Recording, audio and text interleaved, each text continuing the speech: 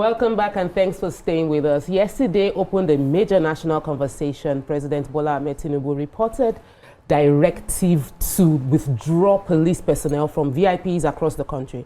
For years, thousands of officers have been assigned to protect politicians, business elites, and influential figures, while ordinary citizens and the entire communities remain dangerously under-policed. The reactions have been swift and divided. The critical question remains: will this decision strengthen national security or create new vulnerabilities? Will it finally return police officers to the streets where they are desperately needed? And ultimately, is this truly the beginning of a new policing era or just another political headline? What are your thoughts on this? Join the conversation by calling us on 020-1635-2013 or 090-241-63440. You can also tweet to us at TVC Connect, hashtag your view on TVC on X. We're also streaming on YouTube, so drop your comments right there. Okay, so ladies, we discussed this a bit yesterday, and it's from the perspective that while we've heard this a bit from IGs before, IGPs, that's Inspector General of Police before, this is the first time the President is saying withdraw all VIPs, and we are wondering, is it headline? Is it, how long will it take for them to work out the modalities of how it is going to work out? Is it really worth putting the risk on VIPs' lives? Are VIPs' lives more important than the lives of the average citizen of Nigeria? So, we heard a bit from Nima and VC yesterday. I'm throwing it to you. I want to hear from you, Mariam. I think, like many Nigerians, we have, complained about the fact that we have an ongoing gap. That there's a gap between the insecurity and the number of policemen available to deal with issues, not just insecurity, just even within our borders, issues that come up. There are just not enough hands on ground or enough feet on ground, to help combat these issues. So I think it's a step in the right direction, but it's not the first time that we have heard about it. For me, I'm like, okay, I've heard this before. I think for me, what would mean something is when we see how it is done. It's important that we have more policemen on ground to do the job that they are meant to do. That's a fact. But also, I know that there are people who deserve to have that extra protection, for those that deserve it. And I feel that it is in the modalities that you talked about. The modalities has to be in a way that we get our policemen back to where they're supposed to be, while also making sure that we do not put these high-risk individuals, at risk. No risk. So I have always thought that there has to be a different body altogether, private or corporate or, the country as well, that does this protecting of individuals or some buildings or institutions like that. There has to be a body that does that separately from the police, especially in a country where we need more boots on ground. It just does not make sense that we have more people, more police officers protecting these individuals when the country is languishing in all sorts of insecurity, banditry, armed robbery. There's just too many. It just makes common sense that we should have more policemen where they are meant to be. I was reading the paper and they're talking about updates that these high net worth or high individuals, because not all of them, it's not all about money. Sometimes it's the offices that they hold, that requires that they are protected. Some of them, they said they'll be going to the police and they are wondering what the next step will be, because for them is the police is suggesting NSCDCs, and also, but they are saying that those people are not trained as much or equipped enough to protect when something happens. They said the policemen are more agile. And I'm like, these are the policemen that we always hear about. All of a sudden now they are the ones that are more agile.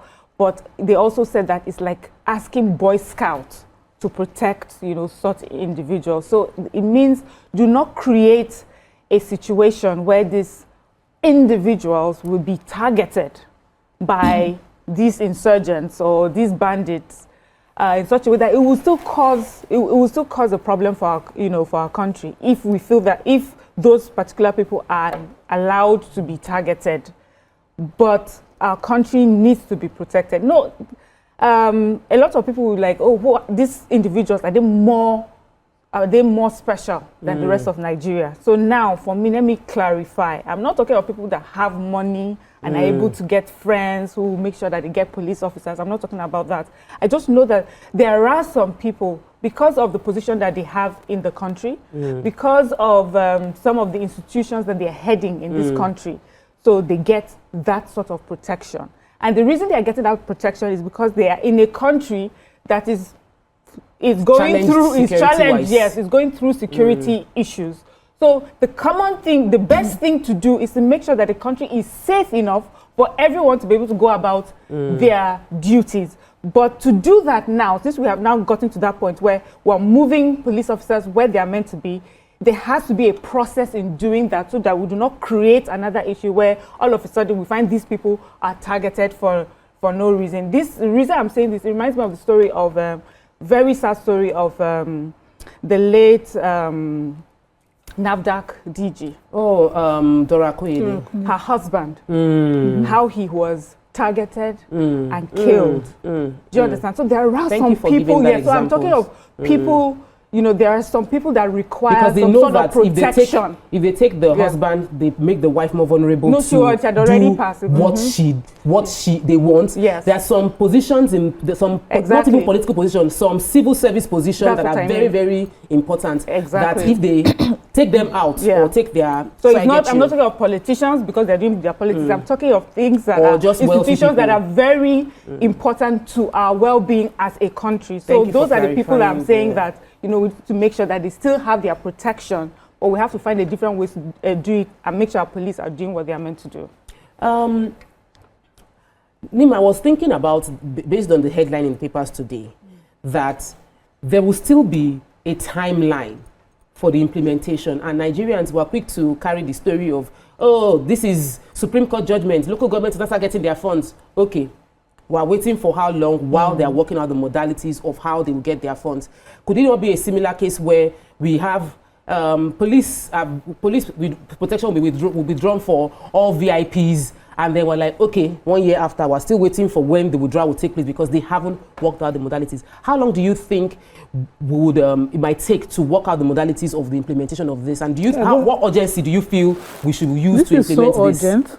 I don't expect modalities to become the impediment to the execution of this. This is the directive from the president. I expect the president to be on top of it, to see to it that the IG implements with immediate effect.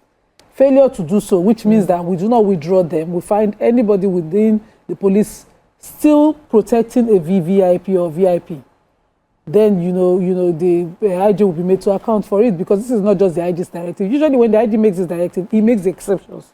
He creates all the exceptions as, okay, we want to withdraw this actress, but let's not withdraw it because she has come to say please. But this is the president's directive, and we are under a serious situation right now in the country. I don't expect this to be delayed. And also, for clarity, the Supreme Court has given their order. They are not asking for an enforcement order, so it was an immediate one. For all local government to be autonomous financially and all of that.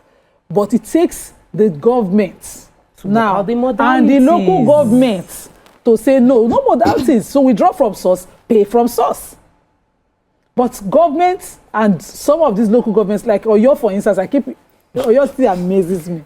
Where all the local governments say we have submitted our own to our governor. We Oyo people, on the behalf of Oyo people, we will say no, give our governor our own. So, those politics are within. And that's where rule of law does not take effect. People always say the justice system is the problem, but the justice system from where I'm sitting is not the problem. It's enforcement. It's usually the people, the politicians, the people for whose benefit these laws have been made. So yesterday we had our guests who kept emphasizing autonomy of local government and what local government can do and how they can, because they are the ones in the immediate possession of the forest that these bandits and all of that. But they also have security votes. They also have this, but the excuse has always been that we don't have control of our money. And the president came in and made sure that his AG got this to be a Supreme Court order so that the matter finished, as in it has ended. And they are still playing politics of people. So I don't understand how the justice system is the problem there, but that's not the question. In this case, This case, particular one of withdrawal of VVIPs, as at this morning when I read the newspapers, they said that the VIPs are already trembling. And I think that the NSCDC should not be called a Boy Scout. That's how they describe them Yes. in the papers. I know. They shouldn't be called so. The NSCDC has continuously, because they are an empowered body, they are even empowered to carry arms. They also arrest and, except that they can't prosecute except under the Ministry of Justice. They are trained. Maybe this would help them get more training. Even I am of the opinion that they should not even deploy any NSCDC member to a VIP. They should leave it to Yes, so we have laws that allow licensing of gun. We have one person that we all know that has a licensed weapon in this country, and so we know that individuals and VVIPs can apply to have licensed weapon. So employ your own protection. They are trained in the private bodies providing security services. We know a few.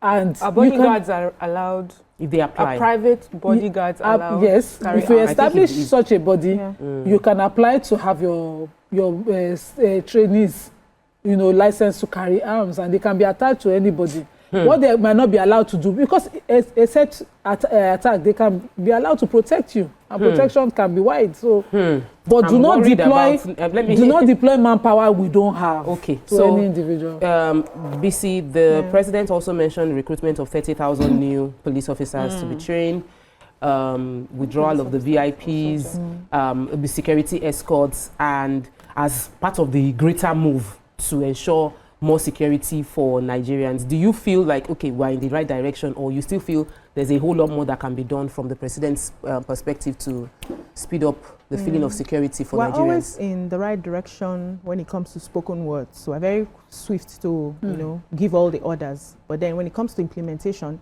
that's where we are usually in the left side of direction. Because I remember a few years back, the former president, Muhammadu Buhari, also declared this. He also told them to call out all the, recall all the police officers who are working for the VVIPs and the VIPs. And it was a buzz. We talked about it. We're happy about it.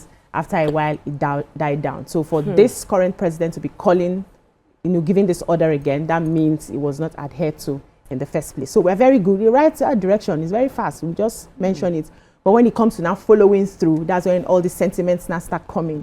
Oh, this is my person. Oh, this one is, Animal Farm says we are all equal, but some are more equal than others. We now start adding some of those sentiments, and then we don't see implementation. I personally believe that all hands need to be on deck right now, because we have a crisis in our hands. And because we have a crisis in our hands, I expect even the VIPs to understand that at this point, we are working towards the greater good. The VIPs and the VVIPs have the resources to get, private organizations, yes, to secure them. Many of them are already with the bulletproof cars. Like she said, they can order to get their license, guns, and ammunitions to sort out themselves. But aside from that, there are security bodies that take charge of things like this, and this is also going to open another business, because there's been a gap in that side of business. Many people do not want to get in because they are afraid they will not get licensed to run the operations and all of that. Nigerians are willing to do business. We have all those boys that gym, that carry AOB. Every time, every gym, I passed one yesterday. Every gym you go to, you see they don't have work. They are in the gym from morning till night. This is an opportunity to enroll in these private security, and then you can serve the VIP. So it's also going to open business. Economically, we're going to be earning from this, while all hands are on deck to ensure that we solve the insecurity issues in the country. Now, for implementation, I also like that the police has the number of policemen serving the VIPs right now, so that they don't mix up the deployments. They have to find a way to do it as seamless as possible, so that everybody is accounted for. Because some people will still find a loophole to steer back to the VIPs. We need to be sure we know what we're doing. Just to ask, how do the police officers feel about this? Oh yeah, that's a conversation. The welfare they get, as well as the constitutional framework for implementing this. We'll take a break. When we return, we continue with the conversation. Stay with us. We'll be right back. Stay tuned. Your View will be right back. Welcome back and thanks for staying with us. So we're still discussing the president withdrawing police escorts from VIPs and recruiting 30,000. Before we went to the break, Mariam mentioned we've not gotten the response from the police officers that are about to be withdrawn, that we don't know how they will feel. We've heard that the VIPs are shaking, but what's the impact on the account balance of our police officers who over the years have been escorts with VIPs? They get to live a life higher than some other regular police officers. So if you're a VVIP and you have police protecting you, that police also becomes VVIP police. Yes, sir. Yeah. In comparison to his colleagues, you know, we have heard, let police not say we are speaking for them. It's just what we have heard. They can come here and just come and debunk it. But we've heard that they get perks. You know, when you work with people like that, there are places you go to, Naira's flow, sometimes foreign currencies, you know, they're just the perks of being around these sort of VVIPs. And we have heard, please, you can debunk, we have heard that some people actually, you know, that people scramble for these sort of positions. I mean, police officers actually scramble for this. So if you get it, you feel more honored. It helps you with the extra cash that you can take home and make sure that life is better at home. As we know, we're not strangers to how poorly our police officers are paid, you know, and so this has helped a lot of them, you know, make things better at home. So if it means that now they're going to just rely on the salary, because what it means when you have VVIP police, so you get your salary as a police officer, you get the salary that your Oga pays you, you get the extra gifts that you get from being, food, a lot of things covered. And because you also have access to a VVIP, there are things that you can ask for. Nigeria government says they are doing this. I want to get in. How do I, you know?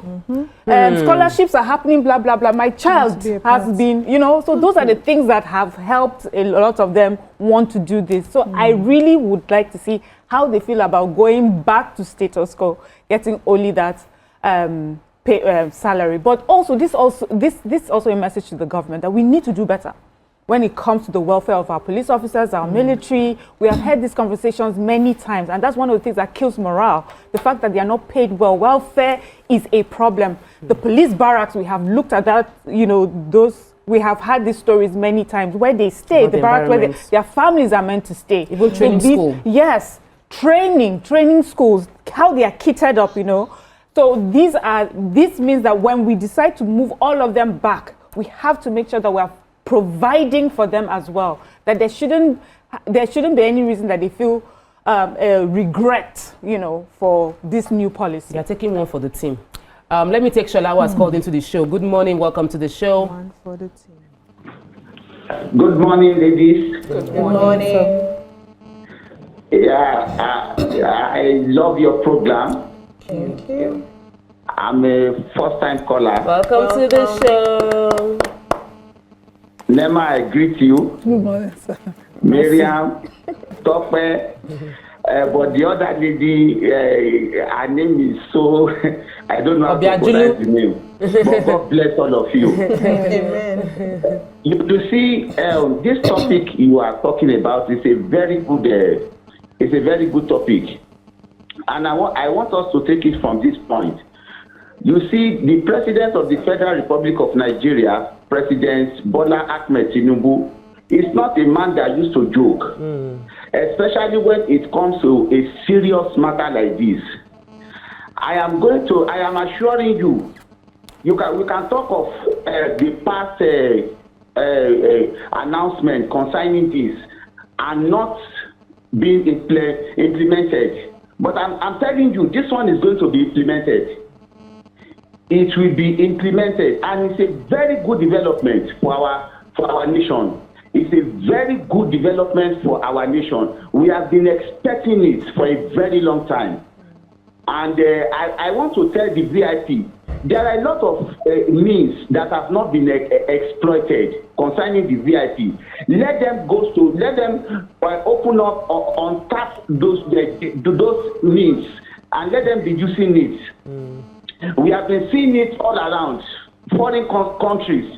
It has been happening. So it can also happen in our own country. Okay. Thank you. God bless you. Thank you so much, Mr. Shola. So, Nima, in my head, I'm just wondering, we've discussed the impact, the way the policemen might feel, and I said they are taking one for the team because Nigeria is facing a huge challenge. So the team is Nigeria as a unit, and we have a group of people who are very vulnerable and are suffering. And so if you're a police officer, you might have had the comfort of being around VIP, and now you are going to be deployed to maybe some schools to protect those schools and all of that. It's one for the team because your children might also attend that same school. But I'm concerned about the modalities of implementation. Don't we need like a constitutional, like let's create a constitutional framework for implementation? Like if it is a law that if you're a VIP and if you are not of this rank or this political position or this exposure, then you cannot have a police escort. There are laws. It's not for lack The of aberration is having police officers. The law is... So if you're a public office holder, like magistrates, judges, certain public office holders, head of ministries, you automatically have an attached police officer to you. But there's also very influential Nigerians who pay. There are also certain bodies, corporate bodies, who pay for the police details attached to them. They make payments. I know of some weekly. They come service and pay for the fuel and all of that run the police station attached close by. I know a VIP on our side of Lagos. There's nobody you don't know. You knew. This VIP has his house built specifically by the police station. And so the police officers are usually deployed easily. If he has any, because the DPU and all of that. So we know those ones that look like abuses.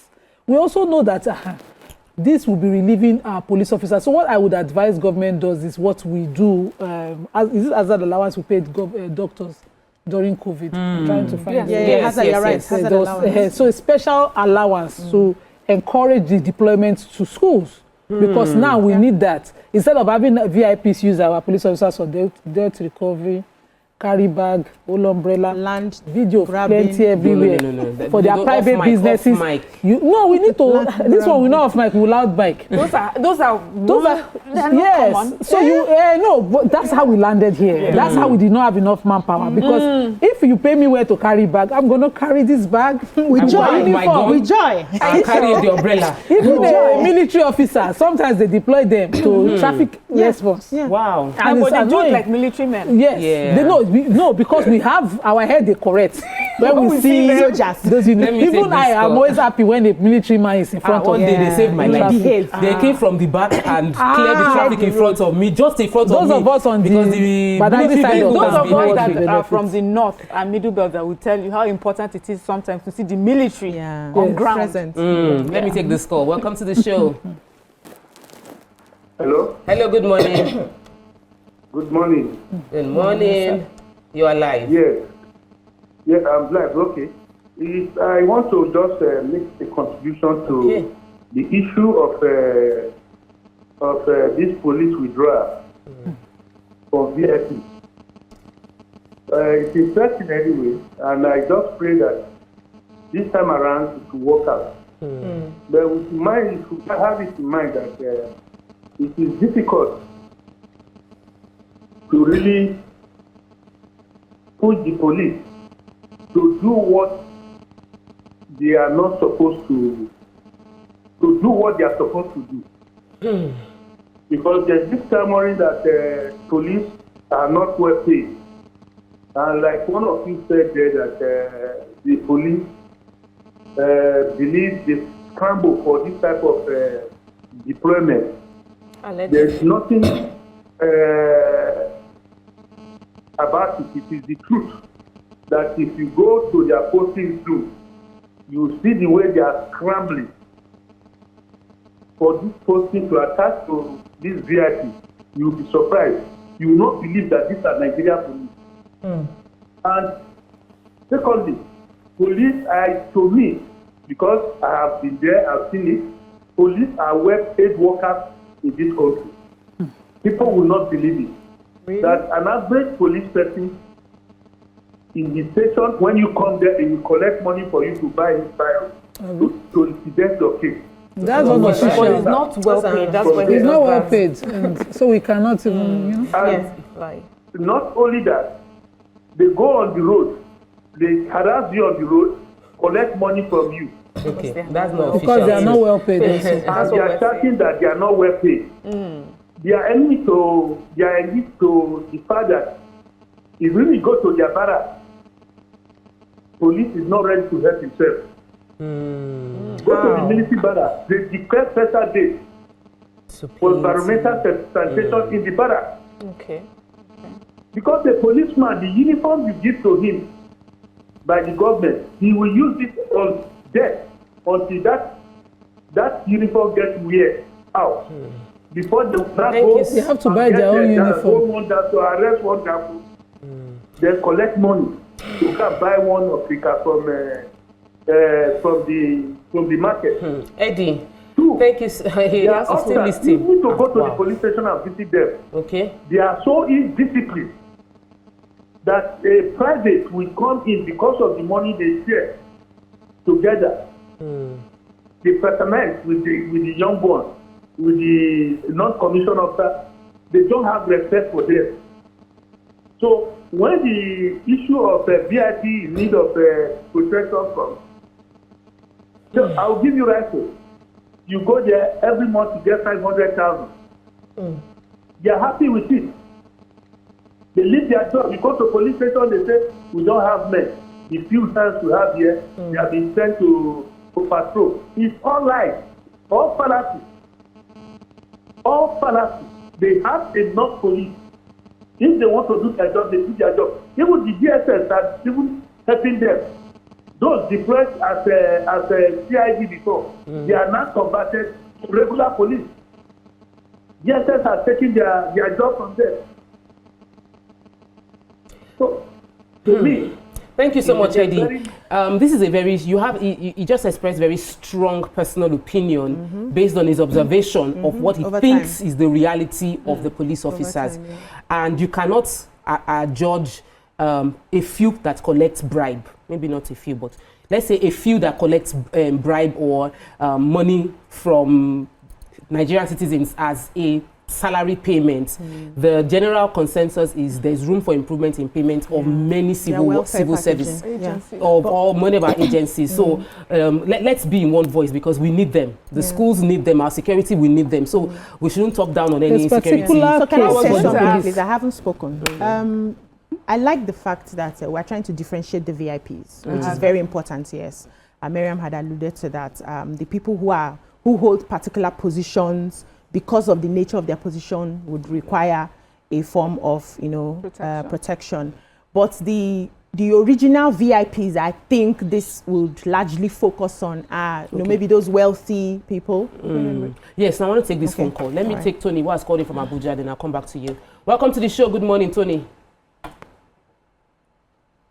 All of you are looking very well.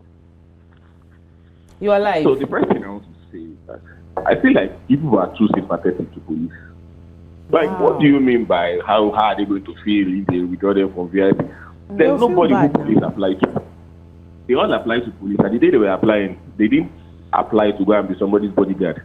It's just, an inefficiency in the system that made that kind of thing possible. Yeah. Because when you look at the police in Nigeria are not people's police.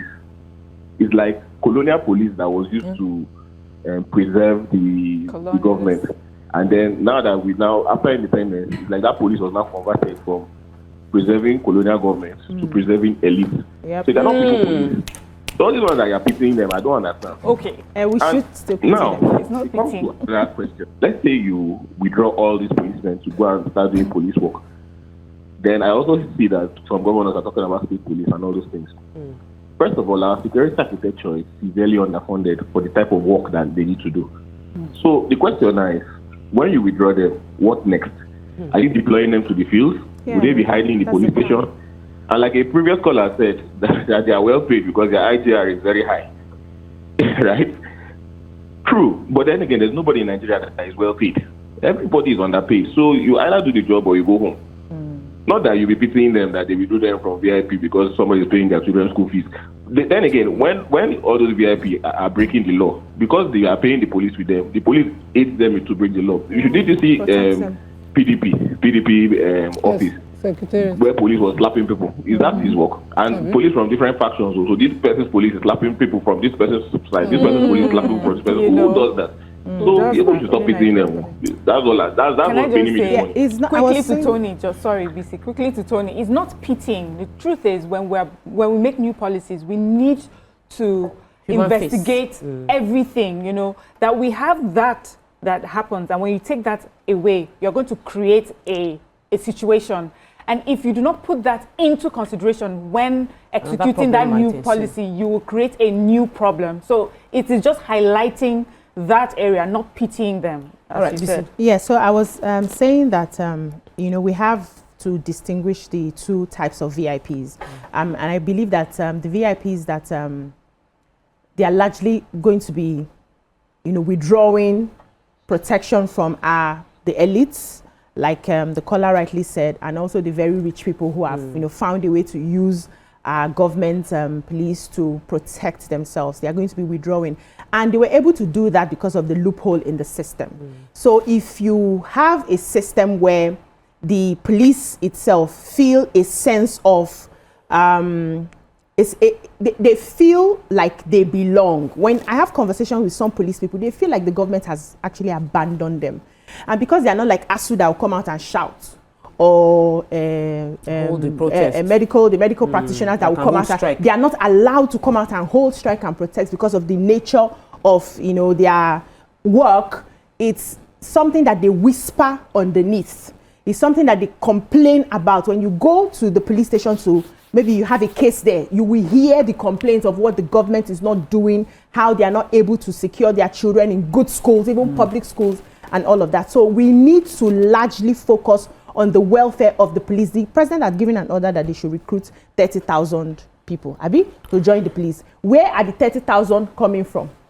Are we sure we're going to have 30,000 people ready to join the police the way the police is right now? Because many people growing up, we had people who aspired, even in the university. I studied political science, and half of my male class mates wanted to join the police. Really? At that time, yes. They wanted to have an understanding of how government works and join the police. Wow. Some wanted to join the army, and they had to come and do political science first. So, but many young people that you talk to, nobody looks at the force like somewhere they want to be, right? And that's because we have neglected what we need to do to ensure that we restore the dignity and integrity of the police. Now, the fact that everybody is underpaid in Nigeria, criminals will be criminals. I'm sure there are police people there who do not take bribes, even though they are not well paid. I'm sure there are police people who will not twist the case because somebody is coming to give them money. You know, we know some of these things, but they are there. Largely, Nigerians are a corrupt bunch. So that one we have to deal with. If you decide to steal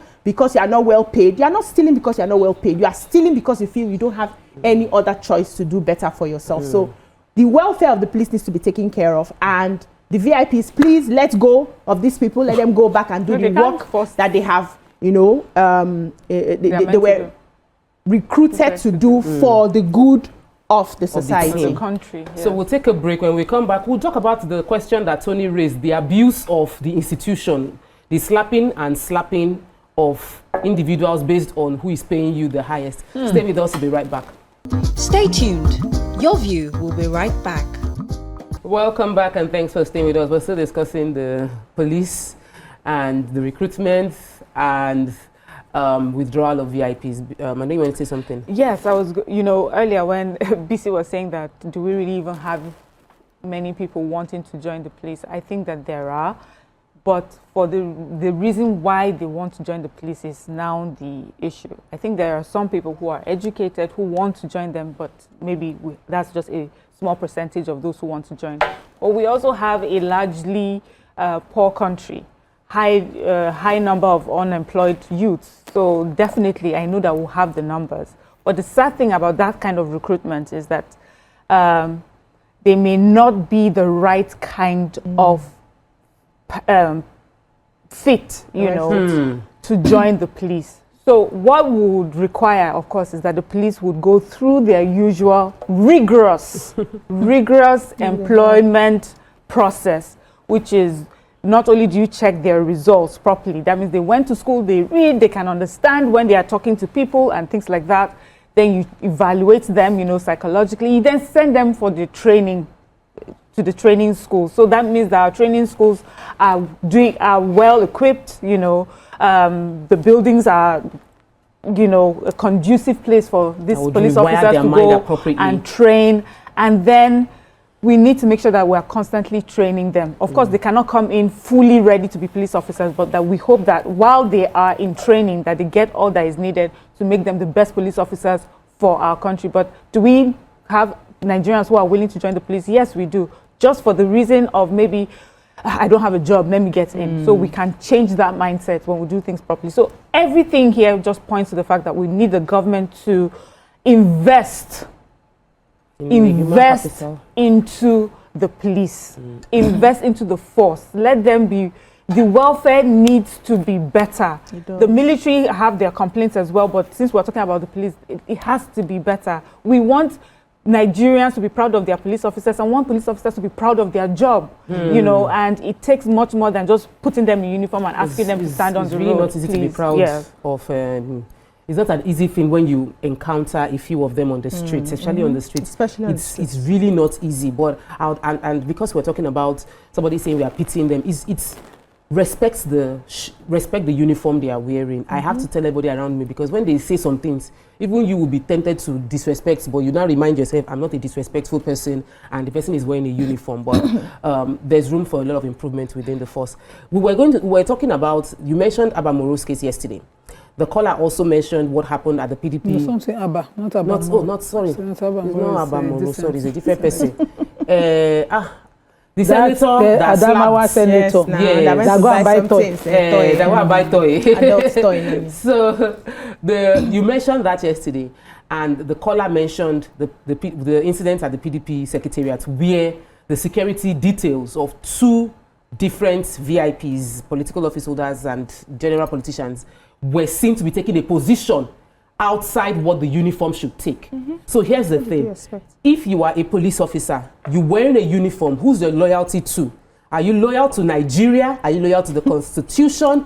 Or are you loyal to the VIP you are attached to? Now Nigeria, they pay me, I mean, the VIP, they pay me. The line don't blow. Since it blow.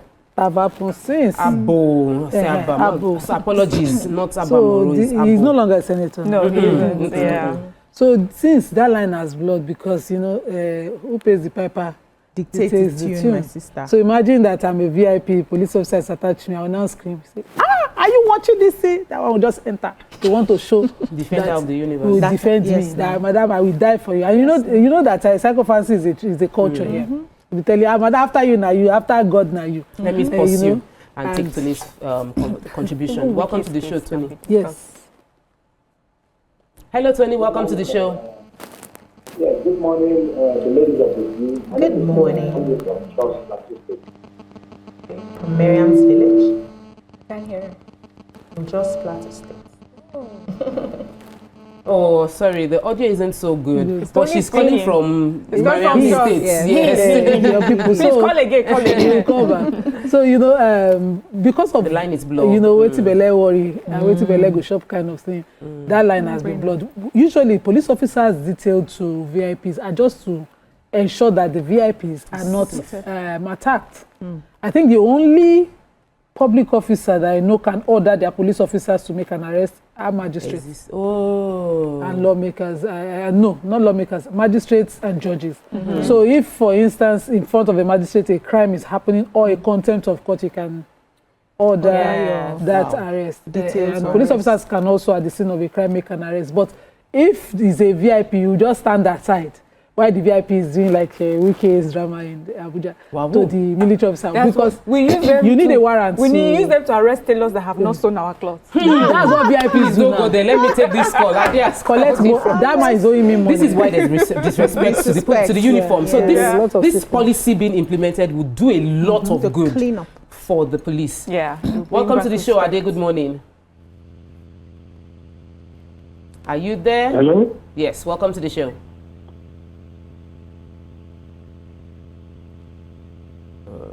Hello? Ade, just listen to us on the phone. Welcome to the show. You are live. Can you hear me? Loud and clear.